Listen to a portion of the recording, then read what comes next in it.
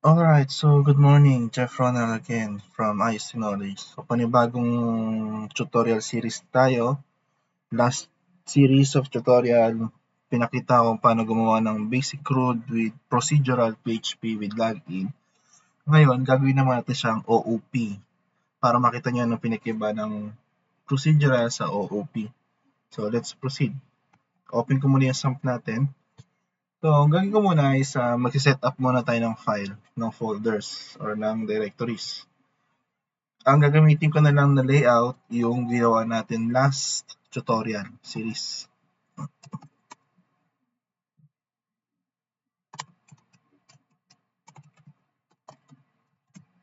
Yan. Sa ating PHP tutorials.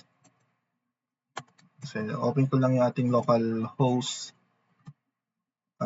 phpMyAdmin, yung ating MariaDB or SQL database. Okay.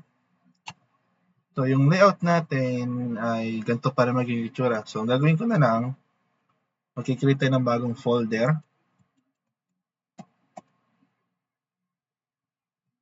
Okay. So, bagay ko na lang yung pangalan to. This will be, RDMS.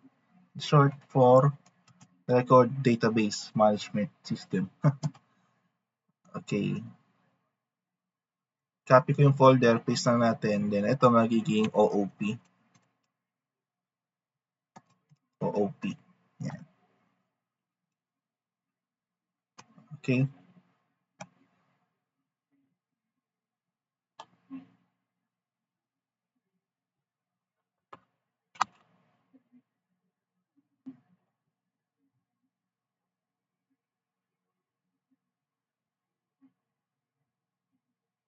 Open mo natin yung file na kinopyahan natin ng bago sa SAMP, htdocs, PHP tutorials, yung folder na ginawa ko, then yung OOP para masagot yung buong folder. So, dito, mag-create tayo ng bagong folder na ipapangatin sa class. Yung controller, lahat ng file na to siguro, buburahin ko na. No? So, open container natin to. Delete ko muna ito lahat. Kasi bagong ano na tayo, codes. Tapos, meron tayong modal. Sa JS, JavaScript, siguro tanggalin ko muna rito itong codes na to sa Ajax. Ayan. Ayan.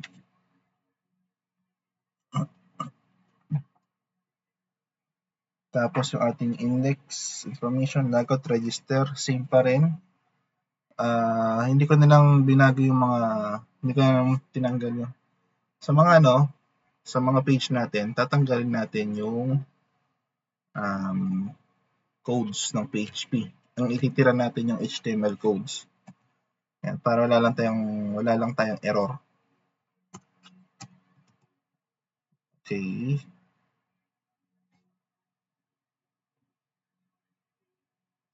Lahat information, tanggalin ko rin to. Siniset up natin yung ating nakarang ginawa. Tanggalin ko itong PHP. Yan. Siguro tanggalin ko ng buong table data. Yan.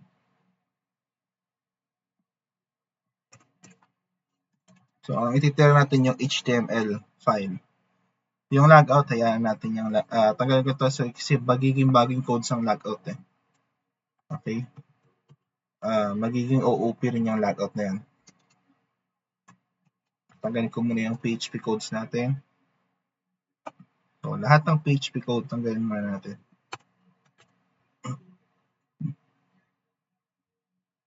Alright. Yung result, buburahin ko na dahil hindi ko na kailangan yan. Dahil dito, magkikreate tayo ng Ajax filter. So, tanggalin ko dito. Yan. So, mag-create tayo ng Ajax filter using jQuery. Okay? So, okay. Ngayon, kung gumagana ito yung page natin,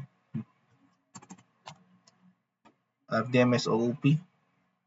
Ito yung ating login, register, at yung information page. So, same lang yung page natin dahil meron na tayo focus sa codes ng PHP or ng OOP. Alright? So,